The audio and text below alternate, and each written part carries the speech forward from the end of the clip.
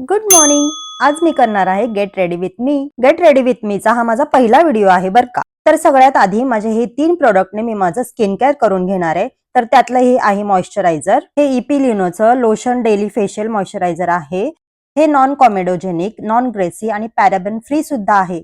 आणि हे मला माझ्या डर्मॅटॉलॉजिस्टने सजेस्ट केलं होतं आणि मी तेच यूज करत आहे. खूप छान मॉइश्चरायझर आहे हे. छान स्किनला मॉइश्चराइज करून घेतल्याच्या नंतर मी लावणार आहे सनस्क्रीन. तर आता ही सनस्क्रीन जी आहे ना ती एकदम ऑइल फ्री मॅटी फिनिश देते. खूप छान मस्त ब्लेंड होते स्किन वरती आणि म्हणूनच मला ही खूप आवडते. असं वाटतच नाही अजिबात की सनस्क्रीन लावली, अजिबात व्हाईट कास्ट सोडत नाही. मस्त ब्लेंड होते स्किन वरती, तुम्ही बघू शकताय. सनस्क्रीन लावून घेतल्याच्या नंतर मी लावणार आहे लिप बाम आणि हा शुगरचा लिप बाम आहे. हा टिंटेड लिप बाम आहे आणि छान पिंकी लिप्स होतात याने आणि मस्त मॉइश्चराइज सुद्धा होतात. येई साडी मोड ऑन आणि इथे मस्त 5 मिनिटात साडी घालून रेडी झालेली आहे मी.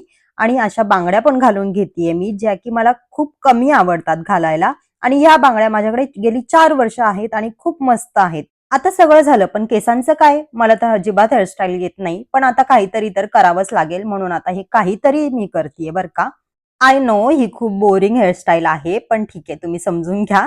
कारण मला हेअरस्टाईल अजिबातच येत नाही. कारण साडीवर काय हेअरस्टाईल करायची ना मला अजिबातच सुचत नाही, कारण खूप कमी साड्या वेअर करते मी. तर आता इथे काहीतरी रोल रोल करून काहीतरी करण्याचा प्रयत्न करतेय. माझ्याकडे काही पडलेले क्लिप्स होते तर तेच इथे लावून घेतेय आणि बघा हे असं काहीतरी झालेलं आहे.